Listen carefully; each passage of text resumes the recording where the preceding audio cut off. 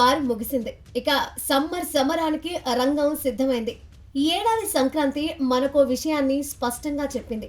Box office దగ్గర కటౌట్లు ఉన్నాయా లేదా అన్నది పక్కన పెడితే కంటెంట్ ఉంటే చాలు ప్రేక్షకులు బ్రహ్మరథం పడతారని నిరూపితమైంది.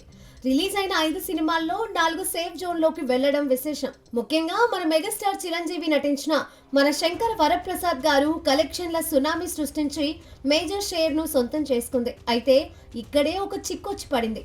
సంక్రాంతి రేసులో సినిమాలు బాగున్నా థియేటర్ల కేటాయింపులో జరిగిన తలనొప్పుల వల్ల కలెక్షన్లపై కొంత ప్రభావం పడింది. ఇదే పరిస్థితి ఇప్పుడు రాబోయే వేసవిలోనూ రిపీట్ కాబోతోందా అనే అనుమానాలు మొదలయ్యాయి.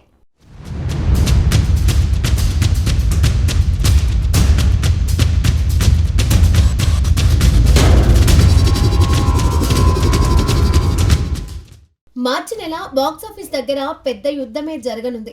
మార్చి 19న టాక్సిక్, డెకాయిట్, దురంధర్ 2 వంటి భారీ చిత్రాలు క్యూ కట్టాయి.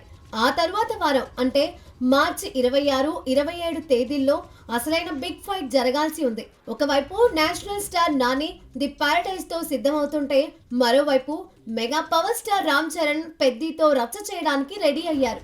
ఈ 2 సినిమాలపై ఆడియన్స్ లో అంచనాలు ఆకాశాన్ని తాకుతున్నాయి. ఈ ఇద్దరు స్టార్ హీరోలు ఒకేసారి తలపడితే కలెక్షన్లు చీలిపోయే ప్రమాదం ఉంది. ఈ క్రమంలోనే ది పారడైజ్ నిర్మాత సుధాకర్ చెరుకూరి ఒక ఇంటర్వ్యూలో చేసిన వ్యాఖ్యలు ఇప్పుడు సోషల్ మీడియాలో సెన్సేషన్ అవుతున్నాయి. ఆ సమయంలో ఏదో ఒక సినిమా మాత్రమే వస్తుందని, క్లాష్ అయ్యే అవకాశం లేదని ఆయన స్పష్టం చేశారు. ఆయన మాటలను బట్టి చూస్తుంటే పారడైజ్ వెనక్కి తగ్గే సూచనలు బలంగా కనిపిస్తున్నాయి.